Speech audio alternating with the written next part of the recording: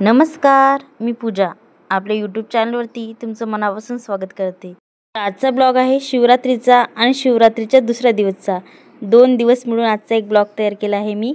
तर सकाळी गाय आली होती दारात, तशी नेहमीच येते. तिच्यासाठी पोळी लावूनच ठेवावं लागते. गेटपाशी आली गाय की गेट वाजवतेच ती नेहमी. तिच्यासाठी अर्धी पोळी लावून ठेवावीच लागते. तर शिवरात्रीच्या दिवशी अनन्याच्या शाळेत रंगीत ड्रेस घालून बोलवलं होतं. तर तिची सकाळी तयारी वगैरे करून दिली. तिला शाळेत रवाना करून दिला. बघा तिची तयारी. संध्याकाळी आमच्या घराशेजारी एक शंकरजीचं मंदिर आहे, तिथे गेलो होतो आम्ही. खूप छान डेकोरेशन केलं होतं. खूप सारे दिवे वगैरे लावले होते. खूप सुंदर असं सजवलं होतं मंदिर. छान फुगे वगैरे, लायटिंग, फुलं वगैरेचं खूप छान डेकोरेशन केलं होतं.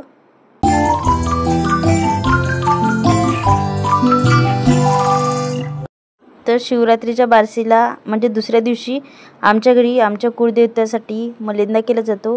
मलिंदा हा प्रसाद आहे देवींसाठी. तो कसा बनवला जातो याची रेसिपी तुमच्यासोबत शेअर करणार आहे मी आता. चला तर मग रेसिपीला सुरुवात करूया. सर्वात पहिलं तर आपल्याला गुळाचा पाक करून घ्यायचा आहे. त्यासाठी गूळ बारीक करून घेते मी आधी.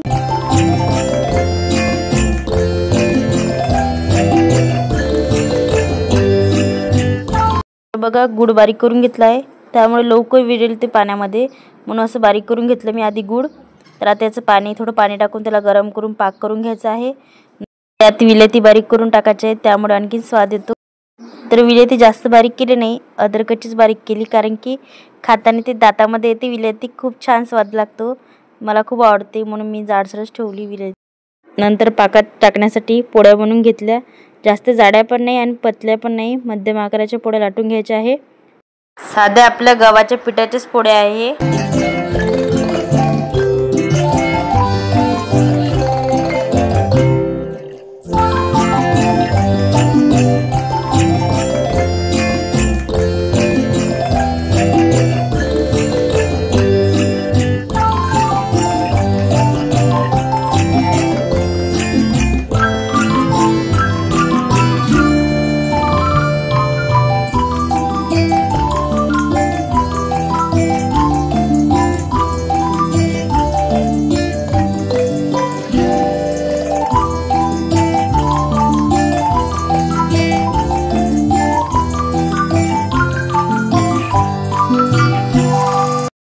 पोळी तयार झाल्यावर ती पोळी प्लेटीत घेऊन घ्यायची आहे.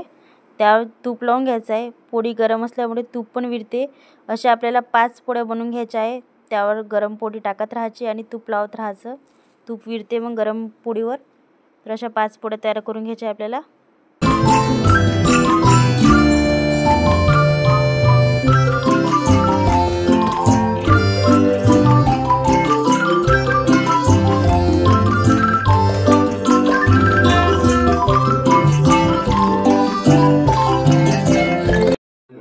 पाक तयार आहे. जास्त गरम पण नाही आणि थंड पण नाही, कारण की पोळ्या त्यात छान मुरल्या पाहिजे.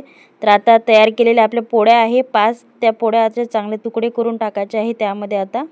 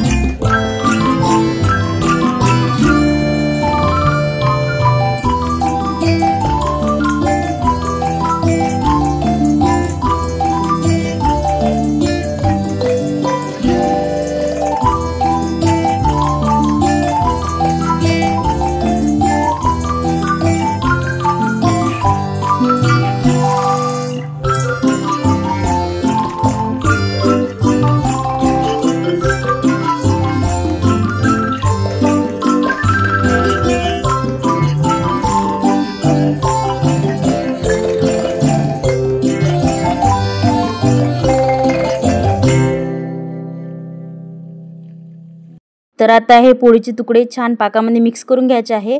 10-15 मिनटं छान मुरू द्यायचे आहे. तर बघा तयार आहे आपला मलिंदा. ही रेसिपी तुम्ही पण ट्राय करून बघा, खूप छान लागते, खूप छान स्वाद आहे याचा. झटपट बनणारी रेसिपी आहे ही. पूजेसाठी गौरी पेटून घेतली गॅसवर.